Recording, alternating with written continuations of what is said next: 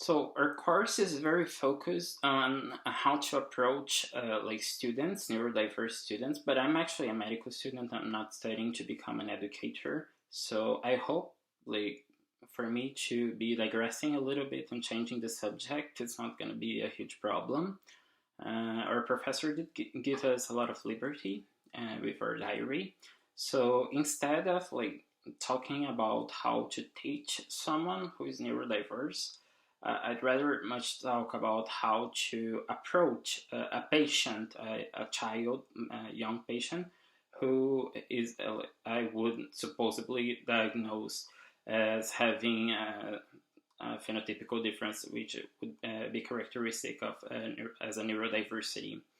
And the first thing, like one thing that it changed, like my mind changed a lot during this course, is that like in medical school, we're like trained to see neurodiversity as diseases and variations are the norm. They're like diagnosed and they're like recognized as diseases, and we talk about treatment or palliatives and not like intervention, best case scenario, but not really like workarounds and adaptation, which would be more appropriate. And actually, like neurodiverse people can benefit a lot from having a different approach because of a phenomenon known as neuroplasticity. So the amount of neurons in our brain is like fixed from the moment we like finished developing our central nervous system. With like our neurons don't generally multiplicate. uh, However, the connections between our neurons can change, and they do change a lot and very often. And that's how, for instance, we form memories and um, like we understand things, and there are like very like different types of memories.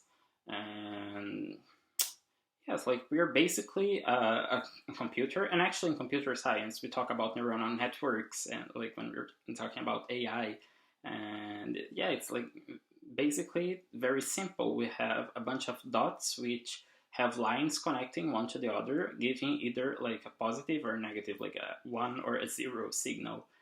And our brains have the ability to create new connections, and this is especially like this is more active during childhood.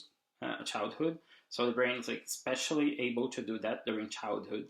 That's why having like different approaches with neurodiverse people might help them create something like that they some brain and some neuro activity that they're not executing as efficiently as neuronormative person would.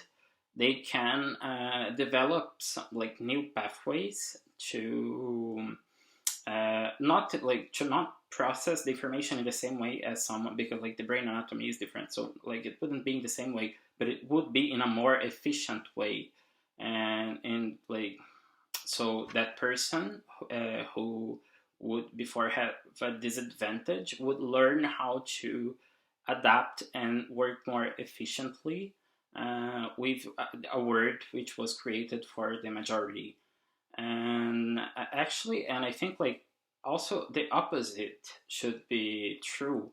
And neuronormative people should receive the same type of intervention to modulate their neurons and like work with their neuroplasticity, so they can like their brains can create the types of connections which are more similar to those of neurodiverse people.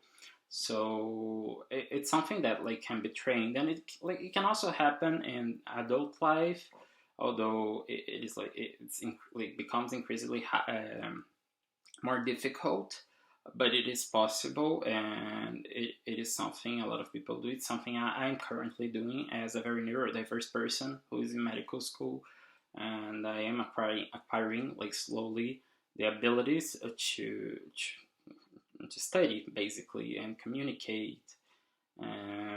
So yes, like neuroplasticity also does apply to older people, and we can also like we even talk of neuroplasticity, for instance, in rehabilitation medicine, when there is an actual lesion that impairs a pathway within the brain, you can train the patient through specific therapeutical techniques to create new pathways to circumvert what was removed with the lesion. And of course, that's not limitless, and you cannot restructure the entire brain and do it, anything you want with it. But yes, you can improve the efficiency of processing of information. But I would like to highlight that like neurodiverse people, they only have a problem with the educational system because the educational system was created in a way which favors neuronormative people. And nowadays, not even them. The educational system has been in many countries has is becoming more and more broken and more based on competition rather than learning and education in general. And so you have standardized exams which have been proven academically by multiple papers as not being an effective tool to evaluate learning. And you have a lot of competition around entering a university, a good university, and in some countries where university is not free, or it doesn't there aren't accessible ways of going for university, there's also a lot of competition around getting grants and scholarships. So yes, the educational system is broken even from neuronormative people. So yes, the mass is definitely bigger and impacts the neurodiverse way much more. That's why we need a change.